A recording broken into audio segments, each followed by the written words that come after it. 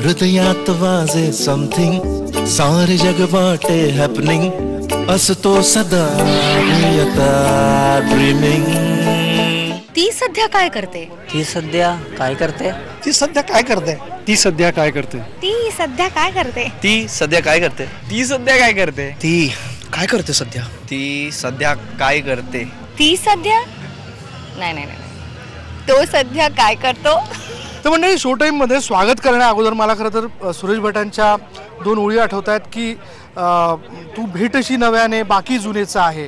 म्हणजे नाही म्हणावया आता असे करूया, प्राणात चंद्र ठेवू हाती उन्हे धरूया, आयुष्य तेचा आहे आणि हाच पेचा आहे, तू भेटशी नव्याने बाकी जुनेचा आहे. बरं, बाकी जुनेचा आहे असं म्हणताना तुमच्या मनात प्रश्न येतो का ती सध्या काय करते? हां, मला हेच विचारायचं आहे दोन खास मंडळींना, कारण तेच विचारत ते आपल्या सगळ्यांसमोर येत आहेत. अर्थात अंकुश आणि तेजश्री आपल्यासमोर आहेत. काय सर भानगड, म्हणजे ती सध्या काय करते असं? हां, मनस्विनी लता हिने ही फिल्म लिहिली आहे. गोष्ट सतीश राजवाडेंची, त्यांनी डिरेक्ट केली आहे. झी स्टुडिओज तुमच्यासमोर ही फिल्म घेऊन येत आहे आणि एक सुंदर गोड फिल्म तुमच्यासमोर येणार. एक छान लव्ह स्टोरी तुमच्यासमोर येणार आहे. तुम्हाला नॉस्टॅल्जियामध्ये घेऊन जायला ही फिल्म येणार आहे. हे जे आत्ता लोक त्रासलेत काही गोष्टींमुळे आणि काहीतरी नवीन परिवर्तन येतं आहे, तर जानेवारीमध्ये या नवीन परिवर्तनामध्ये हा एक भाग असेल ती सध्या काय करतेचा, ज्याच्यामध्ये तुम्हाला आनंद मिळणार आहे. आणि मला खात्री आहे की तुम्हाला तुमची ती किंवा तुमचा तो नक्की आठवेल आणि ती भानगड नसेल, ती प्रेमाने सॉल्व केलेली गोष्ट असेल, कारण आम्ही ती एन्जॉय केली आहे आणि मला खात्री आहे की लोक देखील तशीच एन्जॉय करतात. खरंच ती सध्या काय करते, किंवा तुला असं विचारायला तो सध्या काय करतोय असं हा प्रश्न पडेल मला असं वाटतं. हो, हा प्रश्न निश्चित सगळ्यांना पडणार आहे. पण मला असं वाटतं तो किंवा ती ह्यापेक्षा ना आपण जगलेले क्षण आहेत, जे क्षण प्रत्येकजण त्याच्या वैयक्तिक आयुष्यात रिलेट करू शकेल आणि लहानपणापासून आत्तापर्यंतचा आयुष्याचा कुठेतरी आढावा घेऊ शकेल मागे जाऊन, अशी ही फिल्म आहे. एक छोटासा खेळ, म्हणजे बघा, ती सध्या काय करते हे वाक्य मनात आल्यानंतर बरीचशी वाक्य येतात. मग आपण बऱ्याच आठवणी जागृत करतो. आपण बूम त्यांच्याच हातात देऊयात. अंकुश, ती सध्या काय करते असं म्हटल्यानंतर जे सुचेल ते बोलायचं. हां, सेम. ती सध्या काय करते? 6 जानेवारी याची वाट बघते, ज्या दिवशी आमची फिल्म रिलीज होणार आहे. ती सध्या काय करते? मला हे बोलायचं होतं, याने बोलून टाकलं.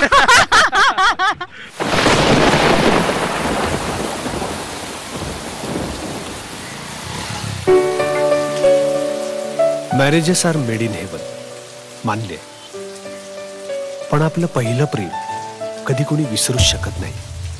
ते आयुष्यभर सोबत असतं, मनातल्या कोपऱ्यात कुठेतरी लपलेलं असतं.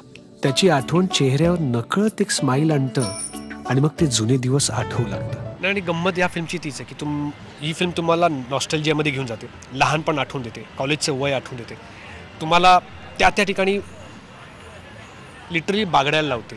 मला असं वाटतं की ज्या गोष्टी मी लहानपणी केल्या त्या सगळ्या गोष्टी या फिल्ममध्ये दिसतात.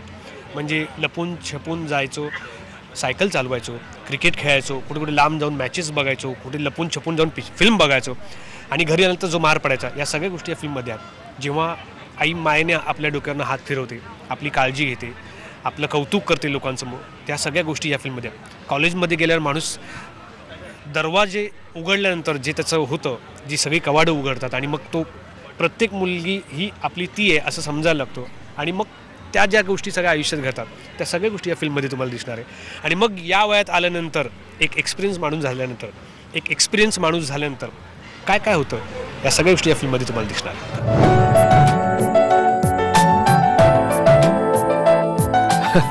लहानपणीचे ते दिवस, त्या आठवणी, तो काळ आणि ती.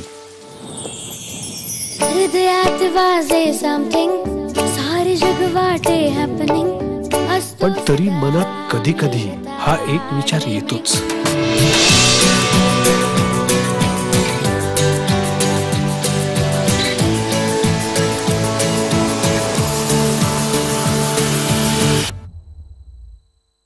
ज्या दिवशी या फिल्मचं नाव अनाऊन्स झालं तिथपासून माझ्या शाळेचा ग्रुप जो आहे, जो जवळजवळ 60-70 जण एकत्र आहेत, त्या शाळेच्या ग्रुपवर सगळ्यांना त्यांच्या ती आणि सगळ्यांना त्यांचे तो ते हे सगळे आठवले आणि मग तिथून सगळे नॉस्टॅल्जियामध्ये गेले. हृदयात वाजे समथिंग सारे जग वाटे हॅपनिंग असतो सदा मी आता ड्रीमिंग असतो सदा मी आता ड्रीमिंग.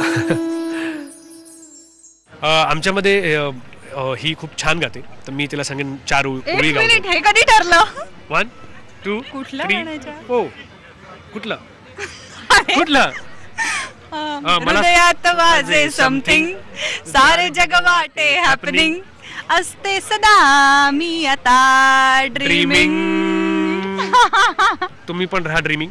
हृदयात वाजे समथिंग सारे जग वाटे हॅपनिंग असतो सदा मी आता ड्रीमिंग. ती सध्या काय करते, म्हणजे हा प्रश्न सध्या सगळ्यांनाच पडलेला आहे जेव्हापासून याचा प्रोमो सगळे बघायला लागलेले आहेत. बरं, सगळ्यात मोठी गोष्ट अशी की यातला अभिनय वाखाणण्याजोगा आहे प्रत्येकाचाच, पण प्रत्यक्ष एक अभिनय देखील यामध्ये इंट्रोड्यूस झालेला आहे, अभिनय बेर्डे. बरं, क्या बात आहे सर, ये लम्हा तो बडा ही रंगीन है, कारण अख्खं बेर्डे कुटुंब या क्षणाला गप्पा मारण्याकरता म्हणून आपल्या सगळ्या दर्शकांसाठी इथे आलेलं आहे. आपण त्यांच्याशी बोलूयात आणि त्यांनाच विचारूयात की ती सध्या काय करते. अच्छा, ती मला ॲक्च्युली 3 आहेत ते एक त्या आहेत त्या त्यांना विचारावं लागेल, मला विचारलं नाही बरेच दिवस मी. 6 तारखेला कळणार ती सध्या काय करते. ते कळणारच आहे, ते नक्कीच कळणार आहे. पण तरी थोडा सर काय सांगू, पहिल्या प्रेमाची गोष्ट आहे. पहला प्यार बार बार लगातार. पहिला प्यार बार बार लगातार. मला खूप आवडते ही लाईन. ही आमच्या टीजरमध्ये होती, सेकंड टीजरमध्ये. माझी आवडती लाईन आहे, पहला प्यार बार बार लगातार. कारण ही गोष्ट माझ्या आयुष्यात प्रत्यक्षात पण खूप वेळा घडलेली आहे. पहला प्यार बार बार लगातार. मम्मी आहे म्हणून जरा मी थोडासा. असं म्हणतात की पहिलं प्रेम हे खरं प्रेम असतं, ते आपण विसरूच शकत नाही. पण प्रेम फक्त एकदाच होतं असं कोणी म्हटलंय?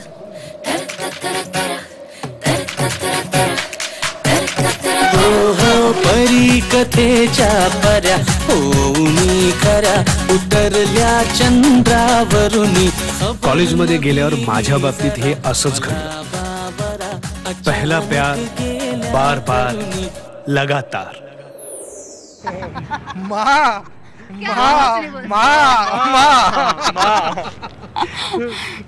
बोल दो मा. काय बोलू, काय नाही. छान वाटतंय मला आज. माझी 12 वर्षाची तपश्चर्या फळाला आली असं म्हणेन मी. खूप छान. आणि अभिनय खूप कॉन्फिडेंट आहे आणि सगळेजण त्याला खूप सुपरस्टार वगैरे करतायत, पण अजून त्याला खूप मोठा टप्पा गाठायचा आहे. आत्ताशी सुरुवात आहे त्याच्या आयुष्यातली आणि त्याला ते जे अचीव करायचं आहे तो अचीव नक्कीच करेल आणि त्याने टप्प्याटप्प्याने पुढे जावं आणि डोकं शांत ठेवून चांगलं काम करावं. मग अप्रिसिएशन तर लोक देतातच व्यवस्थित तुम्हाला. पण ताईंना आपण नेहमी भेटत असतो चित्रपटांच्या माध्यमातून, भूमिकांच्या माध्यमातून. आता अभिनय आपल्याला भेटणार आहे, पण या फॅमिलीतला आणखीन एक मेंबर असा आहे की जो आज मला भेटलेला आहे. म्हणजे मला असं वाटतं तुम्ही तिला भेटावं. स्वानंदी. दादा स्क्रीनवरती येतोय आणि दादा दिसणार आहे याचा आनंद अर्थात तुलाही असेल. दादाला काही टिप्स द्यायच्या त्या क्षणाला? थोडं दम प्रेमातला दम घरात देते मला. हो, आता काही नाही, जस्ट ऑल द बेस्ट. आणि खूप जास्त एक्सायटेड आहे मी याच्यासाठी, त्याच्याहून जास्त फॉर शुअर. आणि काय म्हणलं, डू इट वेल. अँड काय तर मी काय बोलू तुझ्यासाठी. कार्टून आम्ही दोघेही कार्टून कॅरेक्टर आहोत. मी कधी कधी मी टॉम असतो, कधी ती जेरी असते, कधी ती टॉम असते, कधी मी जेरी असतो. आणि आम्ही घरात भांडायला लागलो की आमची आई म्हणजे असं म्हणते की घरात कोणी नाहीये. मी गोव्यात जाऊन बसले, मी घर बांधलंय, हे दोघं मला कोणी नाहीयेत, भांडा जे करायचे करा, मी तुम्हाला काही बोलणार नाही. बोलून मोकळी होऊन जाते. आणि सेटवरचं म्हणायला गेलं तर आर्या निर्मोही छळायचे म्हणजे मी 10 मिनिटं छळायचो. बाकीचे अख्खे जेवढे तास आम्ही असतो तेव्हा ते दोघी ती गँगअप करून मला छळायचे. म्हणजे मी जास्त झेललोय त्यांच्यापेक्षा. मी बोलत नाही, ते बोलताय.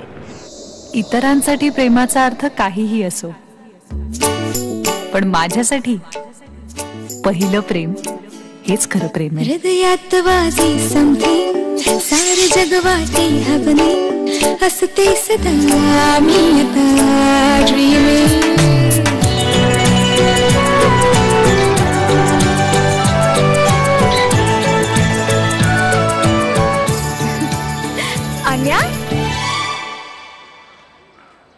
दादाची जीन्स घातलीस ना?